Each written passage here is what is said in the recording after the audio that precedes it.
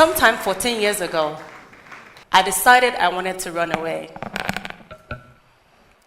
And then I did run away with the help of my friend who was sitting in the room, by the way. I ran away because I wanted to become more. So if you're familiar with the barracks, I grew up in the barracks here, 6 years of my life here in Kaduna State, in the police barracks on Constitution Road. But then I wanted more. My dad just died one Christmas evening. And then my family thought it would be great to marry me off and send my younger brothers to school because, boys should go to school. My education can end right now, yeah?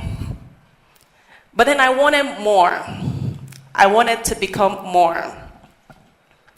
And so that year, I told myself that I was not going to sit back and allow anyone marry me off as a teenage girl.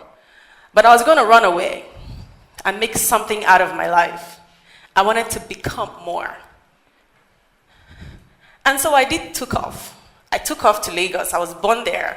So I had a pretty idea of how Lagos looked like, or so I thought. And then I went to Lagos.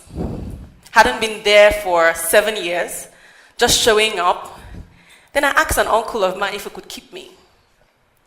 And long story short, he did keep me in his house, but then he decided I could. Well, not I could.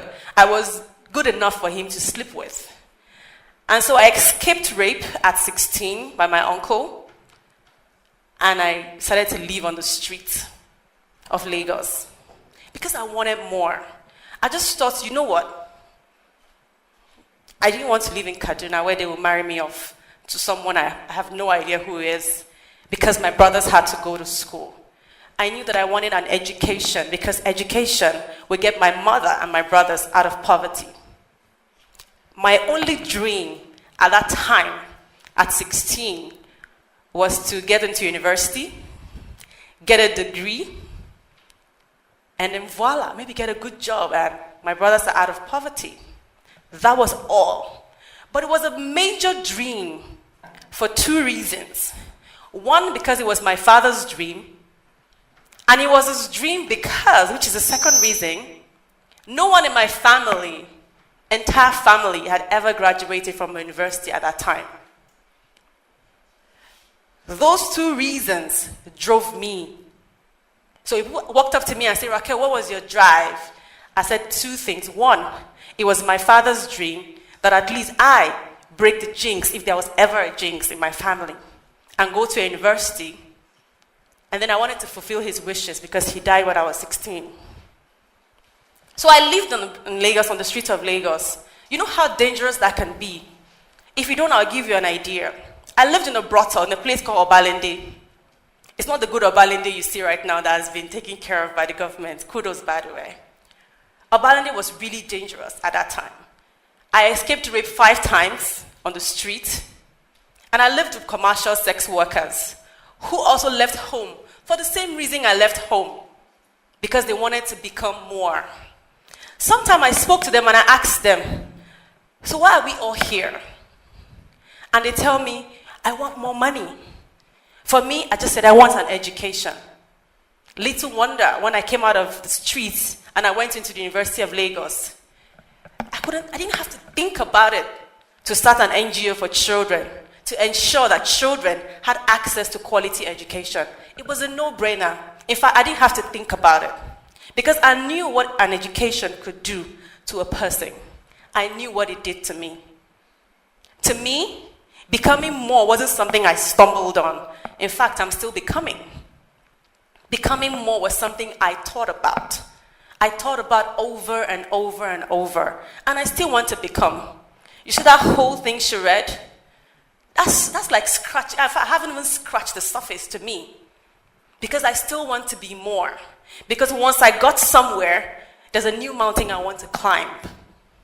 And that only happened because of an education. And I'm not talking about going to school here. And I'll explain in a bit. Because while I was on the street, I read. I read all kinds of books. Any book, name it. And that made me an ardent reader. I started to read. So when people walk up to me and say, I didn't think you lived in the barrack. I said, no.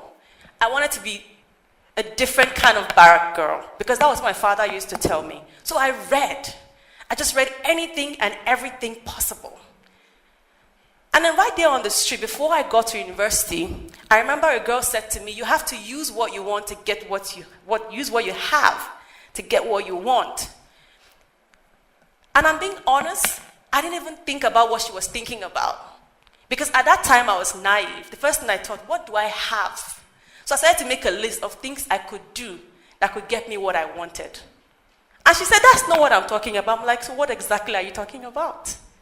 I didn't even understand the difference. Right there in the brothel, I started my first business with 200 naira. Because I had a plan. To become, you always have to have a plan.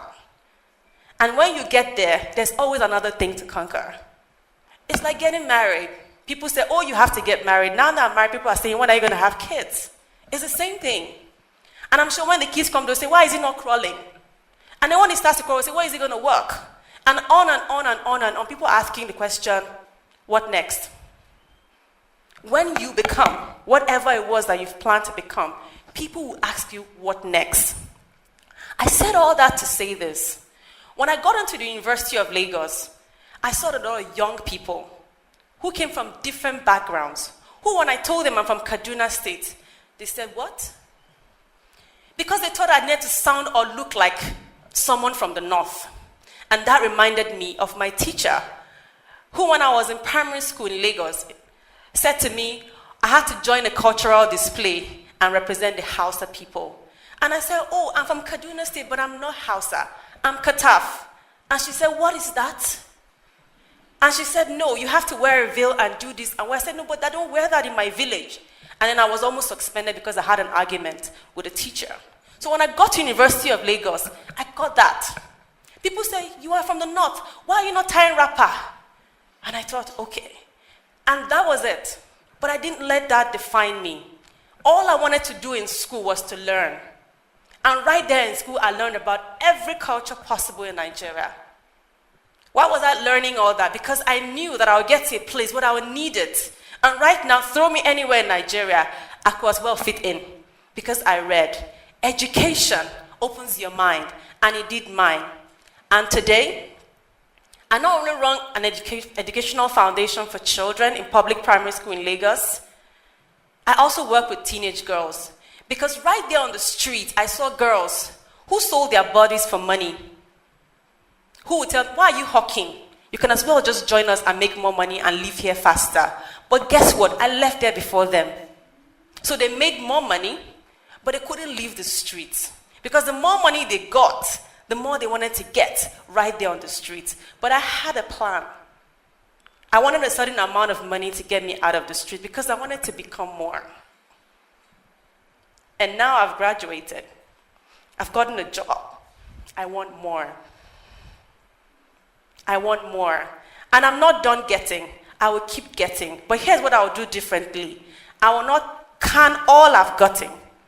I will not can it and sit on the can. I will share it.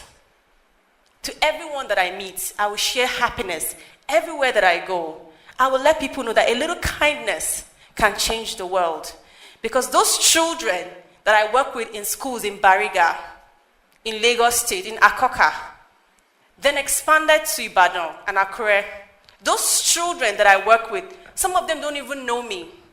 But they remember that some people came to my school, and because of them, I stayed in school. And because of them, I was able to graduate from primary school to secondary school and on and on and on. They might not know my name, but they might remember my volunteer wearing a t-shirt that had volunteer at the back. And one day, they also might be volunteers. So a little education can open your mind. In order to become, you need an education. So let's not deprive our children of education. Let's give them the education that they deserve. Because education made me who I am today. And I'm still asking for more. And I want to close by saying, This is the first time that I'm speaking in Kaduna State 14 years after I left. And it means so much to me. It means so much to me to be back home. And I was telling my husband a couple of days ago, because I recently moved to Abuja, and I said, I'm not going to do projects only in Abuja. I'm going to do projects in Kaduna State. Because even children that I don't know here also deserve quality education. I know. And so I'll be back. Not to just have conversations, but to take real actions. And to help other children like myself become who they really wanted to become. Thank you very much.